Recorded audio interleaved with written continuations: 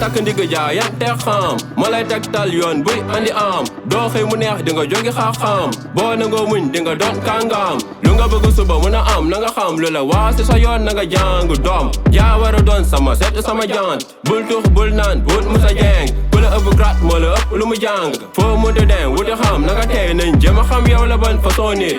bul gaaw mer na nga denc sa jikko su fela sa bopp na nga dem yónnee muñ yaagul di nga am atelier doom wat naa lii bépp coono bis dana ñëw doon nof laay jëriñ borom lii safal cere yaa go mën a siim bu dee xam-xam na nga jàngi ba siin lu la wutaleeg say maas mooy lu nga xam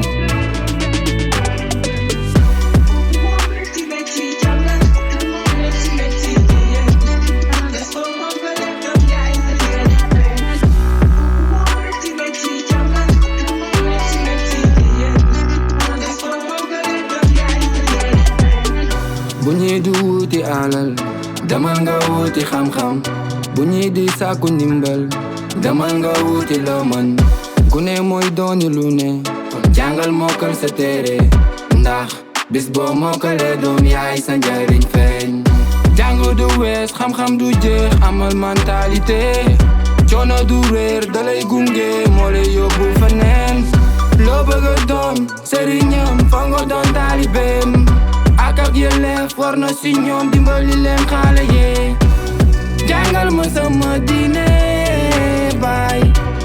jàngal ma ni ñuy dundee yaay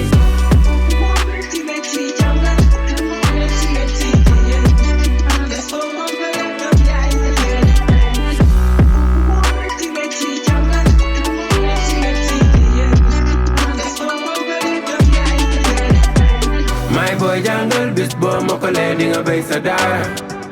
xam-xam mooy lépp soo ko amee raka ndaw kenn du la mën a naada foog ñu dem wuti xam-xam mën a doon ay kàngam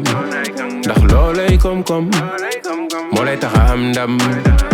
réew mi du jag sans éducation lépp dina tak sunu yokkul motivation beaucoup de l'empathie de la passion def ci ñoom des valeurs en béton def ko pour sa nation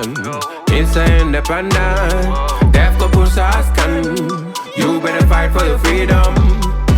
lu mu metti metti jàngal lu mu metti metti teel